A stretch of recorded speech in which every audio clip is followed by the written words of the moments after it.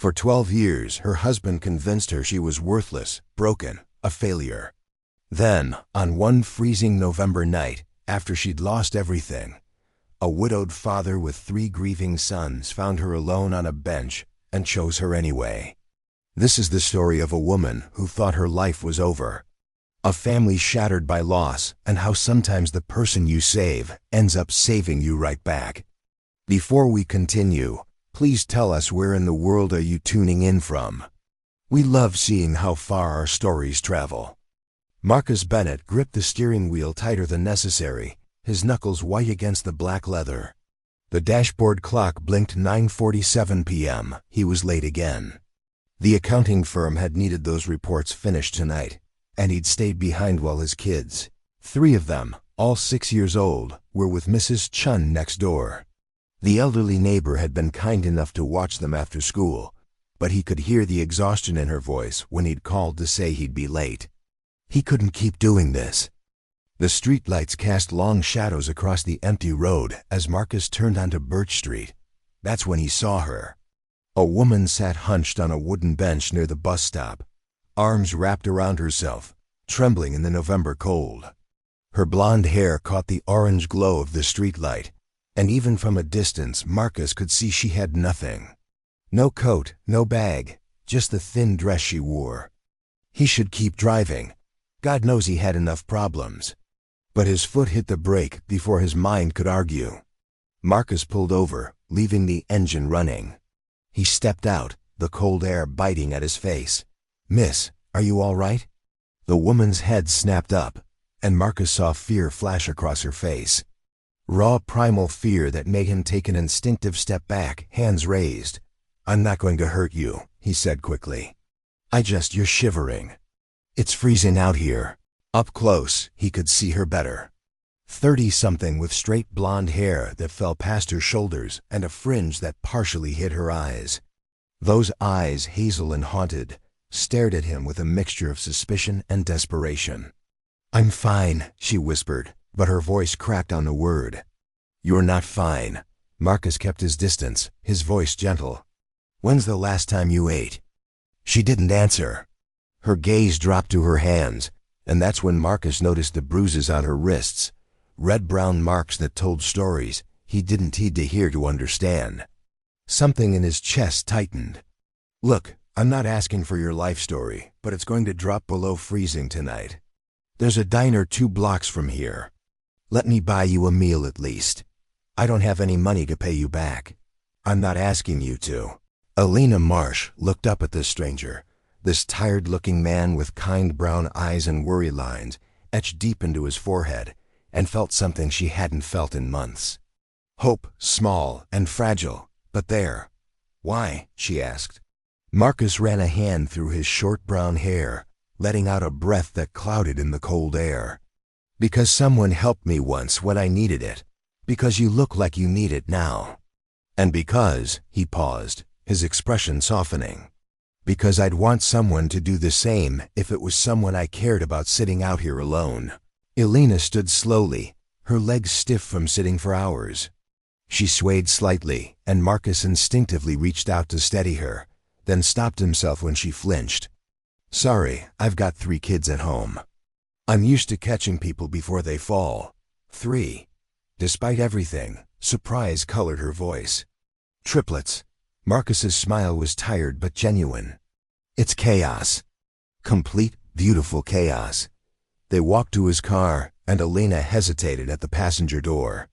"I promise I'm not a serial killer," Marcus said with a slight smile, "though I understand if you don't want to get in. I can just give you money for the diner if you'd prefer." But Elena was already opening the door. What did she have to lose? She'd already lost everything.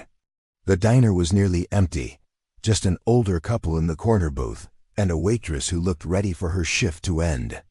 Marcus ordered coffee and a burger for himself, then looked at Elena. "Get whatever you want." She ordered soup and bread, her stomach too knotted to handle anything heavier. When the waitress left, an awkward silence settled between them. "I'm Marcus." "Marcus Bennett." "Elena." She didn't give her last name.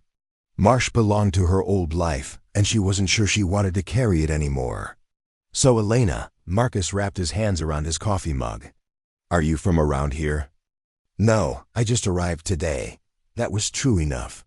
She'd taken a bus as far as Mrs. Patterson's money would take her, ending up in this small town she'd never heard of before.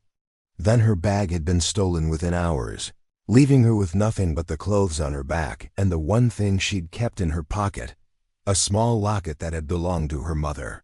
"Do you have somewhere to stay?" Elena's silence was answer enough. Marcus studied her for a long moment. He was good at reading people. Had to be. With 3 kids who each had their own ways of hiding pain. This woman was running from something, someone. The bruises, the fear in her eyes, the way she sat angled toward the exit, it all told the same story. He should offer her money for a motel. That would be the smart thing, the safe thing. Instead, he heard himself say, "I have a guest room." Elena's head snapped up. "What?" "I'm serious." Even as the words left his mouth, Marcus wondered if he'd lost his mind. "It's not much in my house as well. Like I said, it's chaos, but it's warm, it's safe, and you'd have a roof over your head. You don't even know me." "No," Marcus admitted. "But I know what it's like to feel like you're drowning, and I know what it's like when someone throws you a rope." He met her eyes. "I'm not expecting anything. You can leave whenever you want, but right now you need help, and I'm offering it." Elena felt tears prick her eyes. After everything David had put her through, after years of cruelty disguised as marriage, here was a stranger offering kindness with no strings attached. "Why would you do that? You have kids." "You don't know anything about me."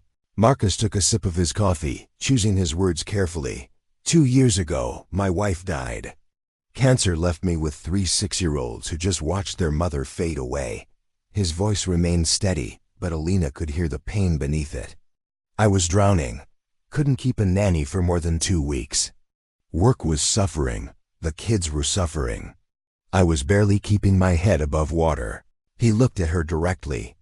"I still am, if I'm being honest. Every nanny I hire quits within days. They all say the same thing. The triplets are too difficult. Too much to handle. And they're right. My kids are grieving. They're acting out. And I don't know how to help them anymore." Elena understood immediately. "So you're not just offering me help. You're hoping I might help you." "I'm being selfish, yes, but I meant what I said. You need a place to stay. I have one. No pressure. If you want to just rest and leave tomorrow, that's fine. But if you're looking for something more, I could use help with the kids in exchange for room and board." It wasn't charity. It was a transaction, which somehow made it easier to accept. "I've never taken care of children before," Elena said quietly. "Have you ever been around chaos?" Despite everything, a small smile tugged at her lips. "Yes, I have." "Then you're already qualified." Marcus's house was a modest 2-story home in a quiet neighborhood. Toys littered the front yard, a deflated soccer ball, several toy trucks, chalk drawings covering the driveway. "Sorry about the mess," Marcus said as he unlocked the front door. "I gave up on perfection about 2 years ago." The inside was worse. Dishes piled in the sink, backpacks and shoes scattered across the living room floor, drawings taped haphazardly to the walls. But despite the chaos, Elena could see traces of love. Framed photos of 3 smiling boys, a handmade "World's Best Dad" card on the fridge, and worn stuffed animals tucked carefully on the couch. This wasn't neglect. This was survival. "Mrs. Chun probably put them to bed already," Marcus said, glancing at the clock. It was past 10. "I'll show you to the guest room. Bathrooms down the hall. There's not much food in the house, but help yourself to whatever you find." He led her upstairs, past several closed doors where she could hear the soft sounds of sleeping children, to a small room at the end of the hall. It was sparse: a bed, a dresser, a small window overlooking the backyard, but it was clean and warm, and to Elena, it looked like paradise. "Thank you," she whispered. "You have no idea what this means." Marcus paused in the doorway. "Get some rest. Tomorrow's going to be loud." Fair warning: 3 8-year-olds wake up like alarm clocks at 6 a.m. after he left. Elena sat on the edge of the bed and let the tears finally fall. For the first time in 12 years, she'd spent an evening with a man who hadn't hurt her, belittled her, or made her feel worthless. For the first time since she was 19, she felt like maybe, just maybe, she could breathe. Morning came with the thunder of small feet and raised voices. Elena jolted awake, disoriented, her heart racing. For a horrible moment, she thought she was back in David's house, waiting for him to storm in with accusations. Then she remembered she was safe. This was Marcus's home. She dressed quickly in the same clothes from yesterday. She had nothing else and made her way downstairs, following the sounds of chaos. The kitchen was a war zone. 3 boys with short brown hair were talking over each other while Marcus attempted to make breakfast. Burnt toast sat abandoned on a plate, and he was currently burning scrambled eggs while simultaneously trying to referee an argument about whose turn it was to use the blue bowl. Ethan had it yesterday. Did not. Caleb had it. Liam spilled milk in it, so it doesn't count. Marcus looked up and saw Elena standing in the doorway. Relief flooded his features. "Good morning," he said over the noise. "Welcome to breakfast." 3 pairs of eyes turned to stare at her. The room went silent. Elena felt her breath catch. These children were beautiful, all of them with their father's warm gray-brown eyes, varying shades of curiosity and suspicion written across their young faces. "Who are you?" This from Ethan, the one who'd been arguing most loudly, his arms crossed defensively. "Kids, this is Elena," Marcus said, turning off the stove before he could burn anything else. "She's going to be staying with us for a while. She's going to help out around the house. Like the other nannies?" Caleb asked, his voice sharp, challenging. "They all leave." "I'm not a nanny," Elena said quietly. "I'm just someone who needs a place to stay.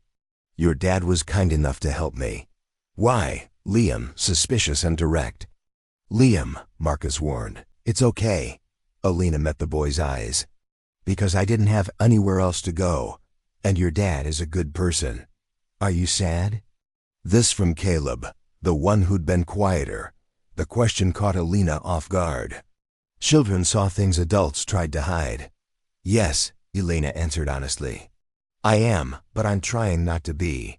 Our mom died," Liam volunteered matter-of-factly. "That made us sad too." "Liam." Ethan's voice was sharp, protective. Marcus's expression tightened, but he didn't correct them. This was their way of processing blunt, honest, searching for connection and shared pain. "I'm very sorry about your mom," Elena said gently. "That must be really hard." "You're not her," Ethan said fiercely. "Don't try to be." "Ethan," Marcus started. "I don't want to be her," Elena interrupted, her voice firm but kind. "I couldn't be even if I tried. Your mom was special to you, and no one can replace her. I'm just Elena, that's all." Something in Ethan's expression shifted, the hardness cracking just slightly. Marcus cleared his throat. "All right, everyone. Finish getting ready for school. The bus comes in 20 minutes, and none of you are even dressed." The children scattered like startled birds, leaving Marcus and Elena alone in the kitchen. "Sorry about that," Marcus said, scraping the burnt eggs into the trash. "They're protective of their mom's memory, and they've learned not to trust people who promise to stay." "They shouldn't trust me," Elena said. "They don't know me. But you were honest with them.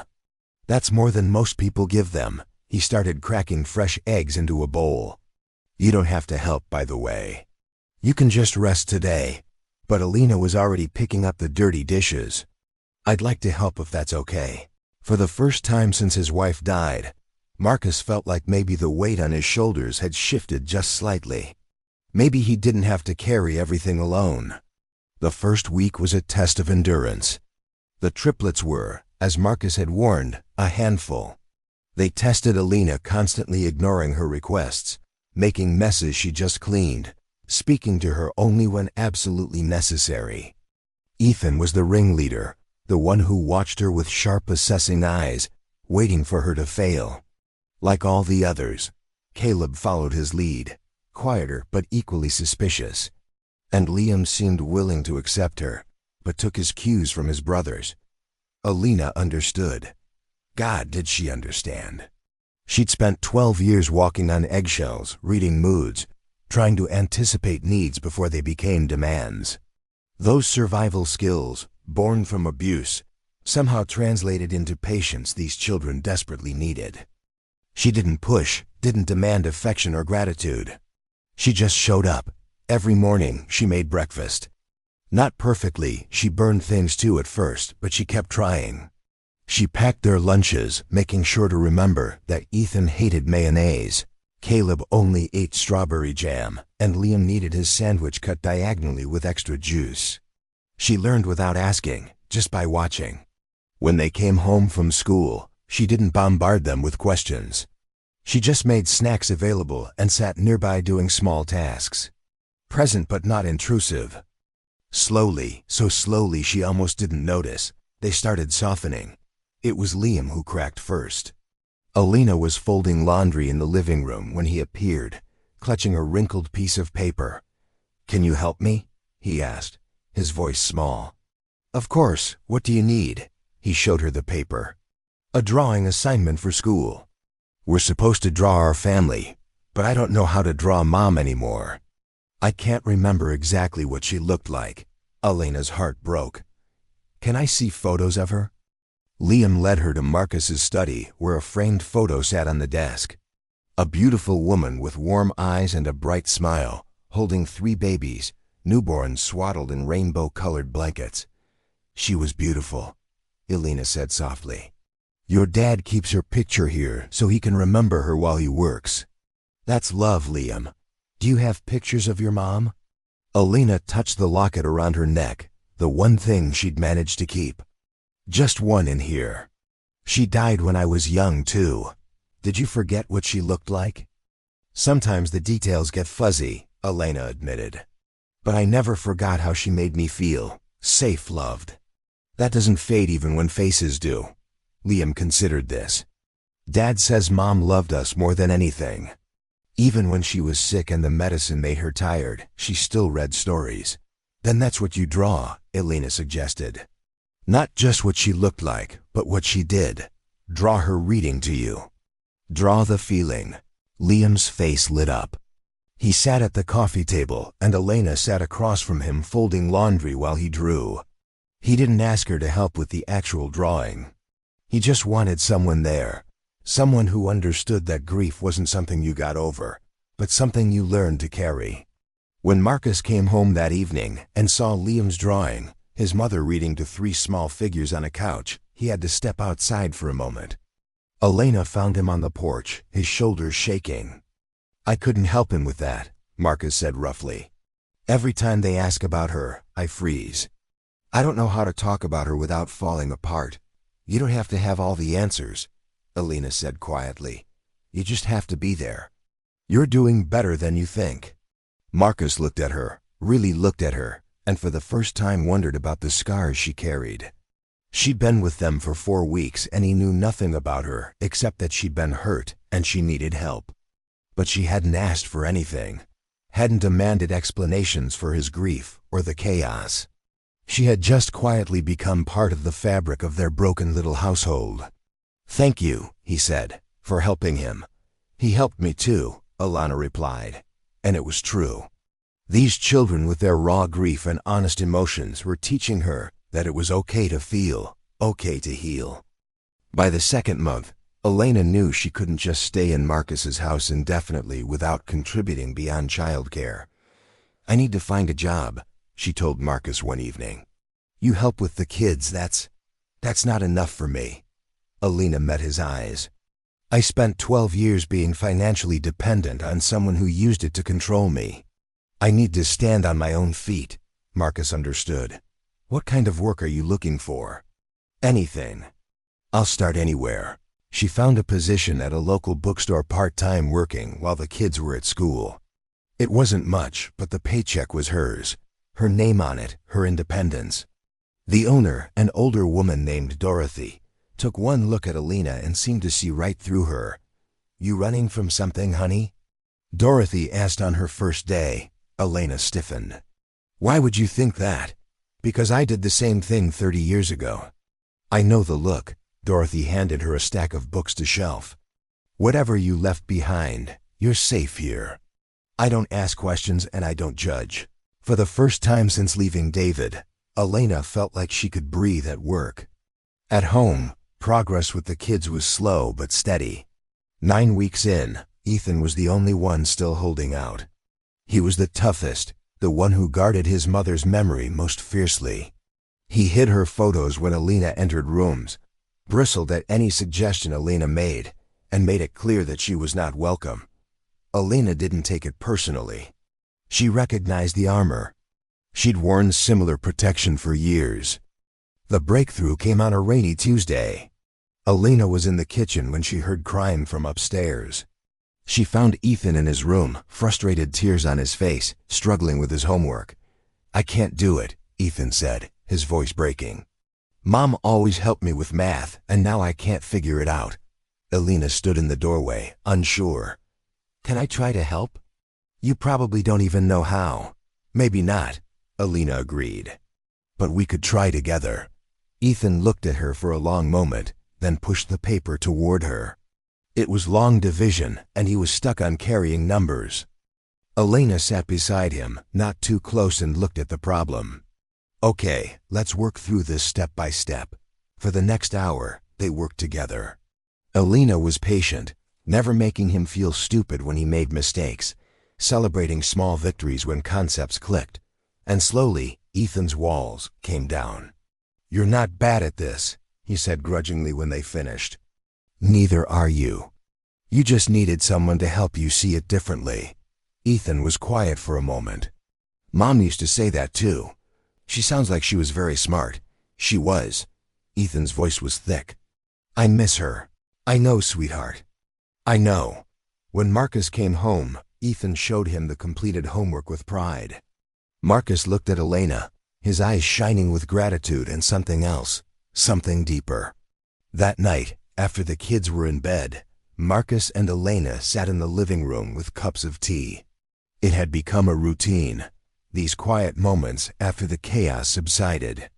"Ethan hasn't let anyone help him with homework since Sophie died," Marcus said. "He'd rather fail than admit he needed help. He's protecting himself," Elena said. "I understand that." Marcus studied her in the soft lamplight. "You never talk about yourself, about what you're running from." Elena's hand instinctively brushed her wrist where the bruises had mostly faded, leaving only faint shadows of the violence she'd endured. "I was married. Well, my father married me off. At 19, she said quietly. "For 12 years, I lived with a man who made me believe I deserved everything he did to me." Marcus went very still. "I couldn't have children," Elena continued, the words spilling out now that she'd started. "I was barren. And my husband, he made sure I knew it was my fault, my failure. He said that since I couldn't give him the one thing he wanted, I owed him everything else.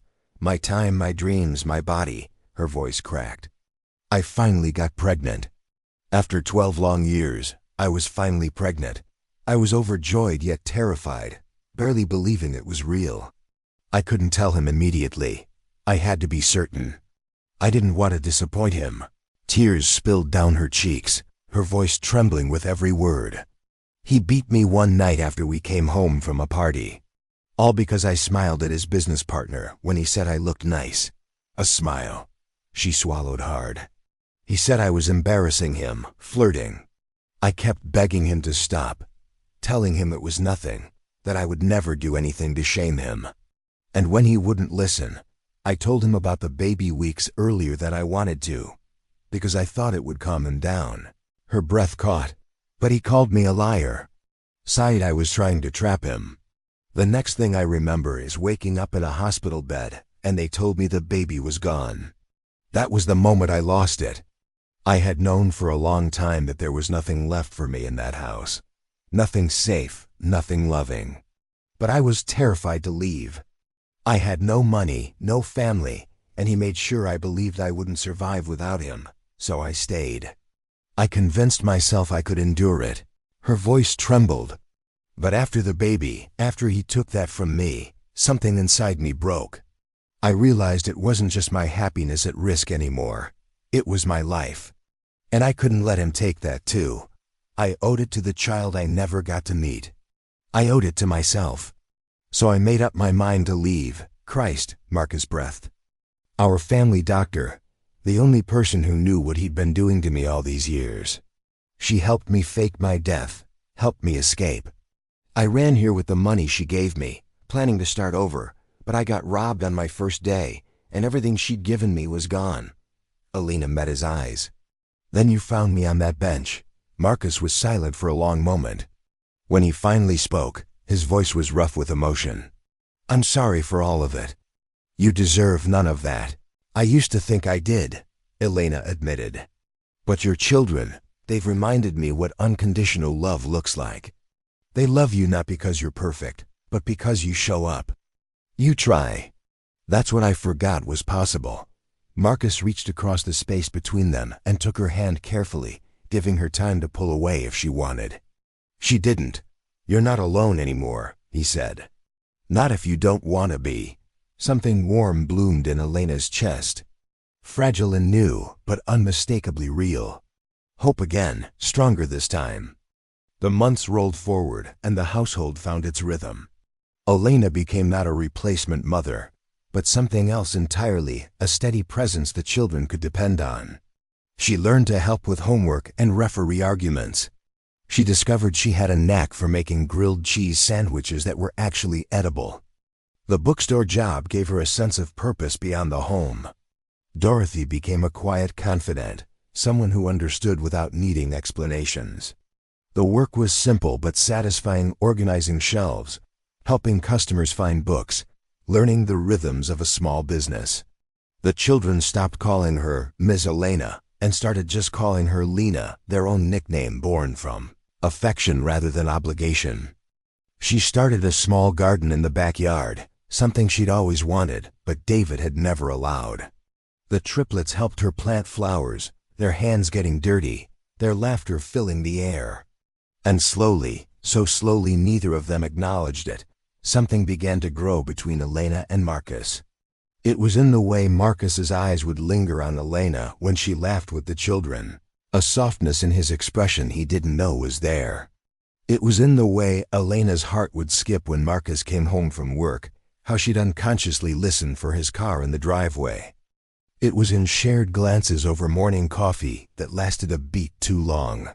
In the brush of hands while washing dishes that sent electricity through both of them.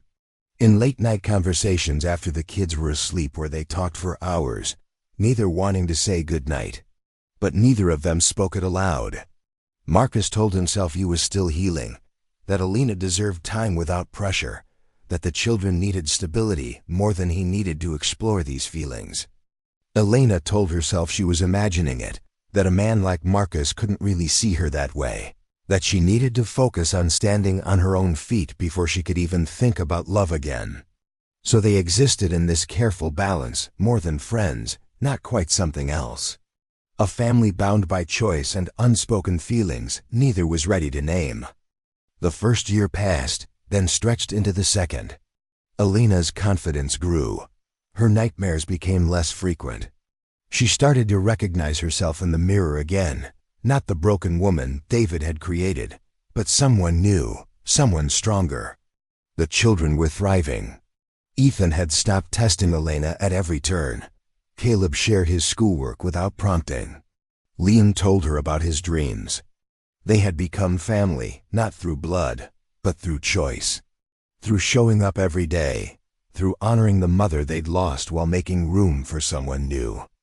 It was Caleb who said it first, on an ordinary Tuesday evening while they were setting the table for dinner.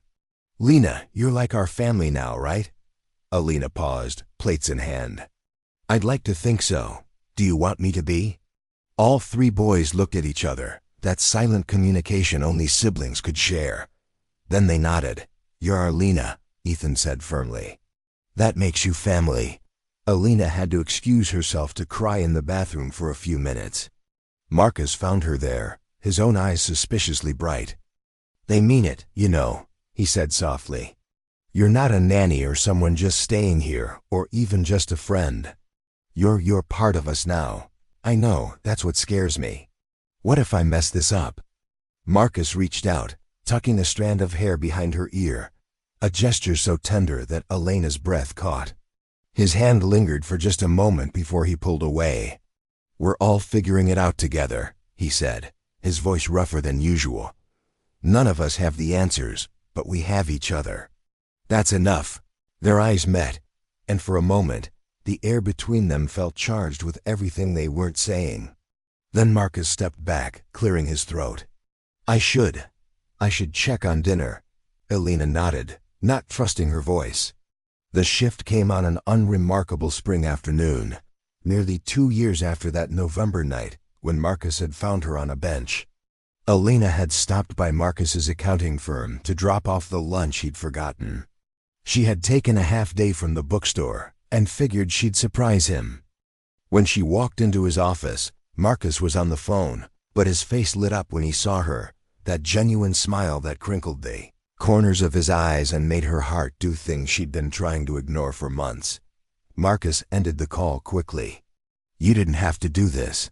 I know, but you've been working so hard lately. I thought you could use it. Marcus stood, rounding his desk. They were close now, closer than necessary, and Elena could see the war playing out in his eyes, the same war that had been raging in her own heart for longer than she wanted to admit. Elena, Marcus said softly, and something in the way he said her name made her breath catch. I can't do this anymore. Fear shot through her. Do what? Pretend. He ran a hand through his hair, the gesture agitated. Pretend that when you walk into a room, my whole world doesn't shift. Pretend that I don't wait for the sound of your voice every morning. Pretend that watching you with my kids doesn't make me fall harder every single day. Elena's heart hammered in her chest. You love me. How could I not? Marcus's voice cracked. You're the strongest person I know. You came into my life with nothing, broken by someone who should have cherished you, and you still chose to love my children. You rebuilt yourself while helping us heal. You're beautiful and brave, and I love you too. Elena interrupted, her voice shaking. I've been so afraid to even think it. Afraid that wanting something good meant it would be taken away. Afraid that you couldn't possibly feel the same way about someone as damaged. Don't. Marcus cupped her face gently, his thumbs wiping away her tears. Don't call yourself damaged. You're not broken, Elena. You never were. You survived. You're here. You're whole. I was afraid, she whispered. For 2 years, I felt this growing between us, and I was terrified to name it, terrified to hope. Me too, Marcus admitted. I kept telling myself it was too soon, that you needed time, that I was being selfish for even feeling this way. But Elena, these 2 years, watching you become yourself again, watching you love my kids, watching you build a life, I fell in love with every version of you. The scared woman I found on that bench. The patient caretaker who won over 3 suspicious boys. The independent woman who insisted on getting her own job. The fierce survivor who faced down her past. All of you. Elena reached up, her hands steady now, no longer trembling with fear but strong with certainty, and pulled him closer. I can't promise I won't be scared sometimes, she said. I can't promise I won't have bad days where the past creeps back in. I don't need perfect, Marcus said. I just need honest. I need you exactly as you are, and I promise I'll never hurt you. I promise that whatever this is between us, it's real and it's safe. Elena kissed him. It was soft and tentative at first, then deeper. 2 years of unspoken feelings, of careful distance, of wanting but not daring to hope all pouring into this single moment. When they pulled apart, both of them were crying and smiling at the same time. What do we tell the kids? Elena asked. The truth, Marcus said, that we love each other. That this doesn't change how much we love them. That we're still the same family we've been building, just finally admitting what's been there all along. That evening they sat the triplets down, now 8 years old and far more perceptive than anyone gave them credit for. We need to talk to you about something important, Marcus began. 3 pairs of eyes watched them curiously. Ethan and Caleb exchanged a knowing look. Finally, Ethan muttered. "What?" Marcus blinked. "You two have been making googly eyes at each other for like forever. We thought you'd never figure it out." Alina felt her face heat. You knew. Everyone knew," Caleb said. "Mrs. Chun told us you were clearly smitten like 6 months ago. We had a bet on when you'd finally do something about it," Liam added cheerfully. Ethan won. Marcus looked at Alina, who was torn between embarrassment and laughter. "So you're okay with this? With your dad and me being together?" Liam stood and walked to Elena, taking her hand. "Lena, you've been ours for 2 years now. Dad being happy with you just makes it official. We already told you you're our family," Ethan said, his voice softer than usual. "This just means Dad finally got smart enough to see what we've known all along." "Which is?" Marcus asked. The 3 boys looked at each other, then back at their father and Elena. "That you belong together," Caleb said simply. "All 5 of us. But healing is never linear, and the past doesn't stay buried forever." 6 months later, 2.5 years after Elena had arrived, she saw it. A news article online about David. He was being interviewed for a charity event, speaking eloquently about supporting grieving spouses. His perfect smile plastered across the screen. Elena's hands shook so violently she dropped her phone. Marcus found her in the bathroom, sitting on the floor hyperventilating. "He's still out there living his perfect life, pretending to be some kind of saint while I'm supposed to be dead, and he gets to just, hey. Marcus knelt beside her, careful not to crowd her. "Breathe with me, in and out. You're safe. He killed our baby. He beat me for 12 years, and the world thinks he's some kind of hero." Marcus helped her to her feet, guided her to the couch, and just held her while she fell apart. When she'd cried herself out, he asked the question gently, "What do you want to do?" "What can I do? I'm dead. Remember, if I come forward, I'm admitting I faked my death. I could go to jail. Mrs. Patterson, the doctor who helped you, does she still have the medical records?" Elena looked up, hope and fear warring in her expression. "She said she kept everything just in case. Then you have evidence. Evidence of 12 years of abuse, of what he did to you, to your baby." Marcus took her hands. "Elena, you don't have to let him win." "Not anymore. I'm scared. I know, but you're not alone this time." Marcus's voice was fierce. "You have me. You have the kids.